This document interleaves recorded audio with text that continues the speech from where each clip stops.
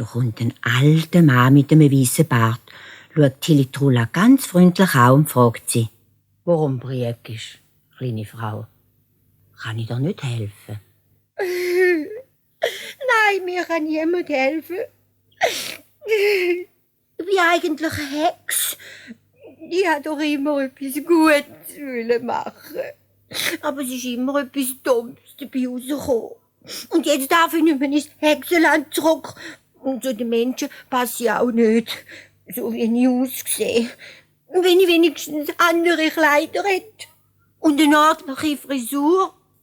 Der alte Mann aber war niemand anders als der Zauberer Jörilund. Der ist zufällig gerade an dem Tag in Menschengestalt durchs Land gegangen. Er hat mit seinem Stock Tilly-Trulla angelangt, dann hat es angefangen zu rascheln und knistern. Und wo Tilly-Trulla runtergeschaut hat, hat sie eine schöne, frische, weisse Bluse angehabt und einen weiten braunen Rock. Jetzt hat sie sich nur noch aus ihren Zottelhaaren einen Zopf machen und schon hat sie einem Menschenmädchen zum Verwechseln ähnlich gesehen.